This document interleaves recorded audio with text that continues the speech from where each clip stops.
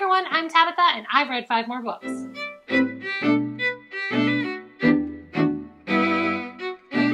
Regular watchers of this channel will already know this, but I do book reviews every time I've read 5 books. You should know that I don't read just one specific age category or genre. I'm actually a reader of pretty much anything. So I will make sure to tell you what age category, what genre it is, and more importantly, what kind of readers I think will love the book that I'm reviewing. I do use a 5-star rating system to review all my books, so I'd like to take a quick second to tell you about that system. 5-star ratings are reserved for books that I absolutely love, that I think transcend genre. In other words, you might love this one even if you don't normally read the genre it's written in. 4-star books, on the other hand, are books that I absolutely love and think are great books, but they're more specific to the genre they are written for. 3-star ratings are for books that I think are good books, but they have a really niche audience. You might not love this one, even if you normally read this genre. 2-star ratings are the ratings I reserve for books that I think are problematic. I do try to explain some of the problems in the what I didn't love section so that you know if it's the kind of thing that would really bother you or not. 1-star rating, on the other hand, are reserved for books that I honestly didn't enjoy and can't recommend. They're just not for me. All right, with that out of the way, let's get to the reviews. This first book is actually one that I finished in January, and that book is The Life We Bury by Alan Eskins. This is a 2014 publication by 7th Street Books. It is an adult age category mystery thriller, and it is 303 pages. Your synopsis. Joe Talbert has to interview someone for his English project. He doesn't expect to get matched with a dying Vietnam vet who's been convicted of murder. He certainly doesn't expect the consequences of unraveling the tapestry of this conviction. So what didn't I like about this one? Well, the first thing I can say is that towards the end of this book, we get a lot of unrealistic twists and things that seem a little convenient. There are things that happen in this book that you're going to have to suspend disbelief for. Actually, there's a lot of them, so just be ready to do that. The second thing I can say I didn't particularly like about this one is that I wanted more from Carl as a character. He's a great character. In the beginning of the book, I thought that we were going to center more on the stories that Carl was going to tell Joe as this book went on, and I didn't feel like we actually got enough of Carl's stories and Carl's conversations. Basically, I just wanted him to be a more important character to this book than he turned out to be. And in my opinion, the lack of Carl's story in here actually hurt the book. The third thing I didn't like about this one is coincidences in general. I get it. Coincidences occasionally happen in mysteries, but the best part, I think, is when you don't realize that there's going to be a coincidence or that something that happened, you're like, oh, what a coincidence. In this book, I felt like we had a lot of spots where something like a clue was introduced, and I thought, that's an odd coincidence. And then it turned out that the reason why I thought that is because we needed to plant this clue or this evidence. That kind of hurt a little bit because we're in a mystery story. So what did I like about this book? Well, the first thing I can say I liked is that this book is intense. It definitely moves fast and it keeps you turning pages. The second thing I can say I liked about this one is it is altogether a satisfying mystery. I didn't have this one completely figured out in the beginning of the book. If you like to be surprised like you know I do, I think you should give this one a shot. The third thing I can say I liked about this book is Jeremy as a character. I enjoyed the way he was written. I enjoyed what he brought to the story. I think the way he interacts with Joe, who of course is our main character and Jeremy's older brother, I think is well written. I really liked him as a character, and I would read more from this author if I knew Jeremy was a featured character. Who do I think should read this one? If you're a mystery thriller fan, this one delivers all the way. It's fast-paced, it's intense, the clues are there, and if you don't mind suspending disbelief a little bit, you'll like it even more. My rating, overall, I went 4 stars for this one. Mystery thriller fans, you're going to be pleased with how this one plays out, how fast-paced it is, and the fact that it'll actually surprise you. So overall, I went 4 stars for The Life We Bury by Alan Eskins. The next book I read, and the last, I believe, for the month of January, was Whirlwind by Elizabeth Holland. This one was independently published in 2018. It is a young adult fantasy story, and it is 302 pages. Your synopsis. Irene lives a normal life, working at a bookstore and waiting for her friend's brother to come home from abroad. But soon, she'll discover that there's a whole world of fantasy creatures out there. Some of them closer than she ever imagined. It's a world she can't believe is real until she sees it for herself. So what didn't I like about this one? The first one, and this one kind of jumped out at me pretty quick, is that this book uses weird speech tags. I've never weighed in on said versus something more original in stories. In fact, it doesn't bother me. Sometimes I don't even notice it. I can enjoy both. But this one definitely had some that didn't really make sense. It didn't really aid in me understanding how the character was saying it. Some common ones that I made note of so that I could give you examples were told and cleared. Those were strange ones. So I guess it turns out that I don't mind if you use said, and I don't mind if you use stuff that helps me understand how the character said it, but it seems a little strange to me if you're going to use it, and I can't figure out why. The second thing I didn't particularly like about this one is it does make weird scene jumps. It kind of makes jumps in times where I don't understand exactly how much time has passed, or where it seems like you jumped over something that may have been important or something I may have been interested in watching. The third thing I wasn't particularly crazy about for this one is the ending. The ending left me with a few too many questions. Now, you know I don't mind getting left with questions. I actually kind of like that. This one had a few too many questions. I don't want to say too much because of spoilers, but I can say that if you like to have all the answers, maybe you might want to have the sequel purchased right after. I do have the sequel. I did buy them both at the same time. I just haven't had a chance to read it yet. So this might get cleared up when I get around to reading the second one. So what did I like about this one? Well, the biggest one is that the characters in this one are definitely likable. Irene, Elliot, and Dylan are all incredibly well written. I liked learning about them. I like the way they interact with each other. I'm interested in their story enough that I know I'm going to read the second one. The second thing I liked about this one, and again, this is a big one, I liked the premise for this book. The blending of mythological creatures has always been interesting to me. Of course, I've read lots of books with fairies in them, but this one is going to blend fairies with dragons. And for me, that was an incredibly interesting premise that I have never seen done before.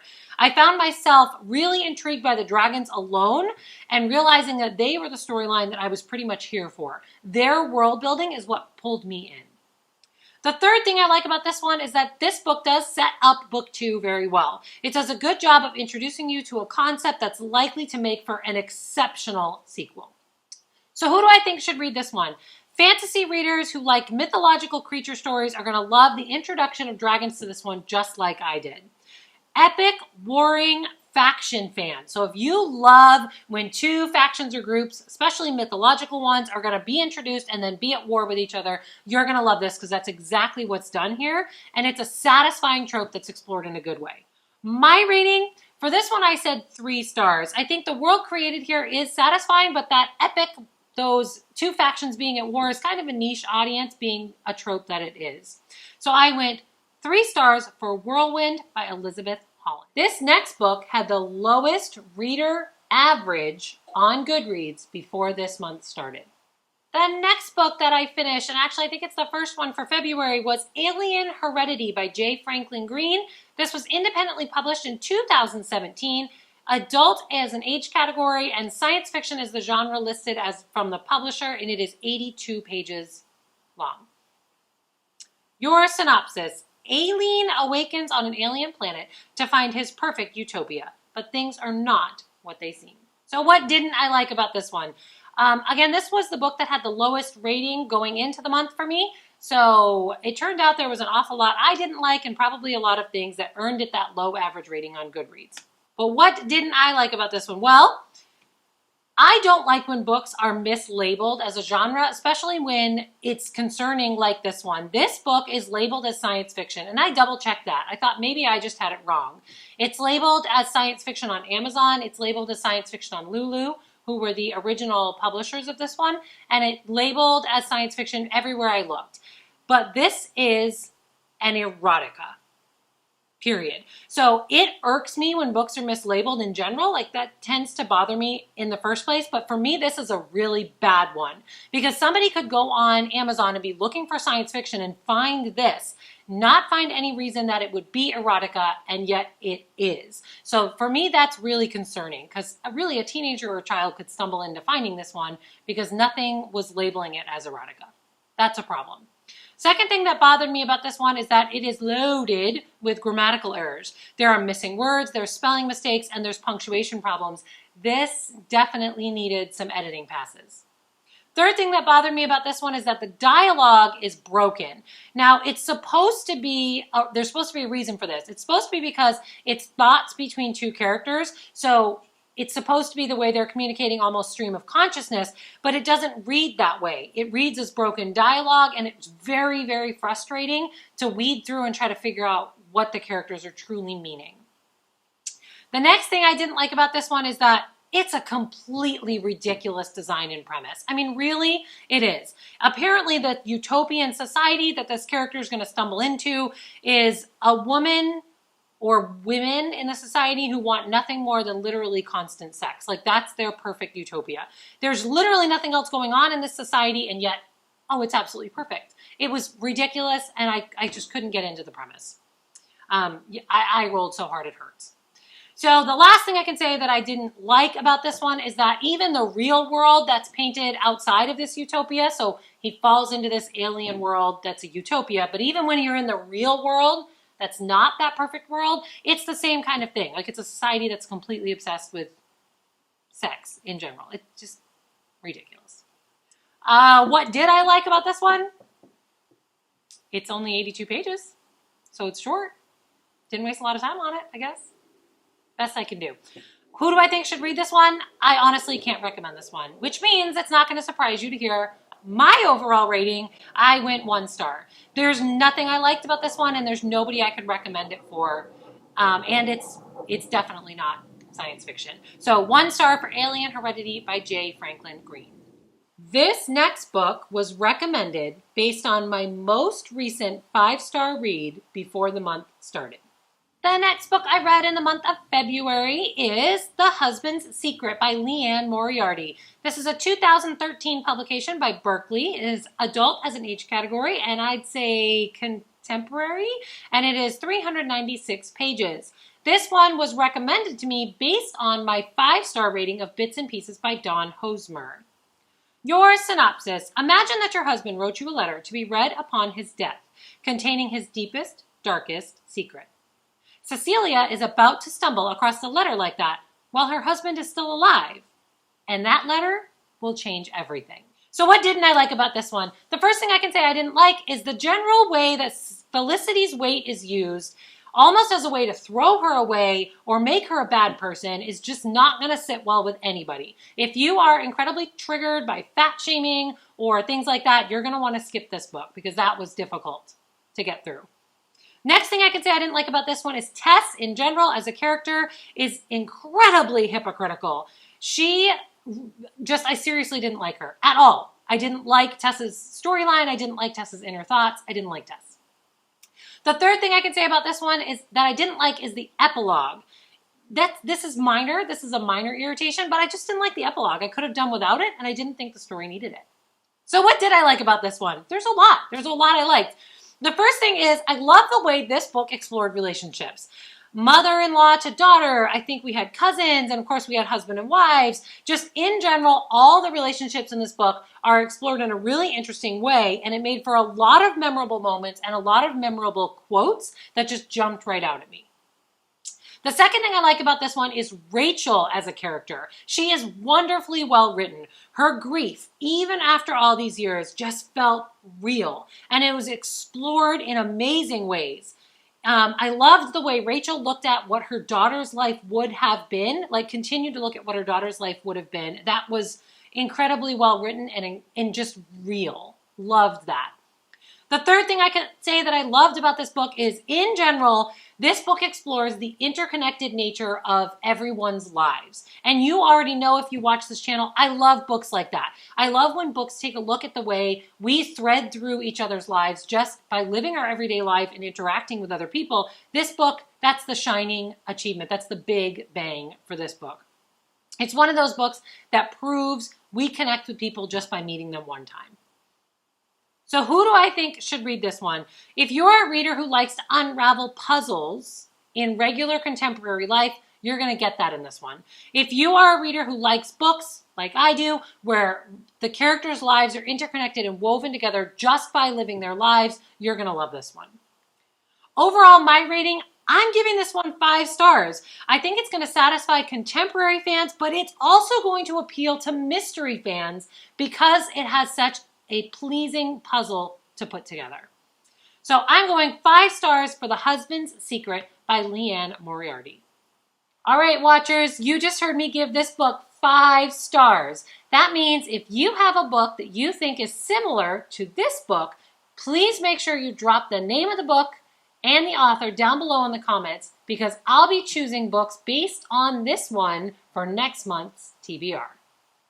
The 5th book I'm reading this time around is A Pale Shade of Winter by L.B. Stimson. This book was independently published in 2019. It is adult as an age category and your genre is historical fiction, and this one is 212 pages. This audiobook was provided to me by the narrator in exchange for an honest review. Your synopsis. Lenore Kensington lives the life of a true Southern belle until she finds herself torn between family honor and forbidden love. But this is not a love story. This is a story about decisions that affect our futures and one woman's deep secrets. So what didn't I like about this one? I'm going to be honest with you. I'll be nitpicking for this because this book is very well done. The first thing I can say I didn't like is that the pacing of this one felt a little off. There's a few scenes, and when I say few, I mean maybe 1 or 2, that felt like they weren't necessarily needed in order for the story to move. They pass quickly, and it's not a big issue, but I did notice it. Second thing I can say I didn't like about this one is that it's described as being horror. Now, while I wouldn't necessarily call it that. I may have called it paranormal. I definitely would have called it gothic, but I think horror is just a stretch. This doesn't bother me as much as the one I earlier rated on here because it's not that as big of a stretch, but I don't know that I would have called it horror. So what did I like about this one? Well, the first thing I can say I liked, and for this one I loved it, is the setting. This is a Gothic style novel set in Louisiana in the 1800s. So the setting is well researched and it's incredibly, incredibly entertaining. Second thing I liked about this one is the narrator of this audiobook does a fantastic job. I really don't know if I would have loved this one as much. Reading it in print, I'm not sure. I read the sample pages and I still loved it, but the narrator just brings this one to life. Her emotion matches, the voices she uses matches, just beautiful, well done audiobook. The third thing I can say I liked about this one is that it is emotional. This book handles a lot of complex emotions, including grief, and the author does a fantastic job of keeping you hooked on the events in the story while still reminding you about the emotions the character would feel tied to those events. Very well done. So who do I think should read this one? If you are a paranormal fan, you like ghost stories or things like that, you're going to like the gothic undertones in this story for sure. If you are a historical fiction fan, you're going to love the research that went into this one and setting it in Louisiana in the 1800s. If you are a contemporary fan, so you traditionally read stories that are set in the here and now, maybe you don't even normally read historical fiction. I actually am going to go out on a limb and say you're going to like this one anyway, because this story deals with real, raw emotions that are still things we deal with today, even though the story is set back in the 1800s. I think contemporary fans are going to like this one. So you can probably already guess my rating. I'm going 5 stars for this one. This one is definitely going to jump around to different genres. It's going to appeal to the contemporary, the historical fiction, and paranormal fans. Lots of readers should be checking this one out. 5 stars for this emotional story, A Pale Shade of Winter by L.B. Stimson. All right, watchers, you just heard me give this book 5 stars. That means if you have a book that you think is similar to this book, please make sure you drop the name of the book and the author down below in the comments because I'll be choosing books based on this one for next month's TBR. Okay, that's it for me. And the next 5 books that I read, that actually finishes out January and starts off my February. You heard me give 5-star ratings to 2 books this time around. So if you have a recommendation based on something, especially one of those 5 stars, please make sure you drop it in the comments. If you're an author or a publisher who had a part in bringing a book to life that you think I would love, Follow the link down in the description to give me the title of that book and get it added to my TBR so we can review it right here on this channel. Drop a comment to let me know you're here. Hit subscribe and tap that little bell so you know when I'm back. Keep plotting the path to your dreams, and I will see you next time. Bye!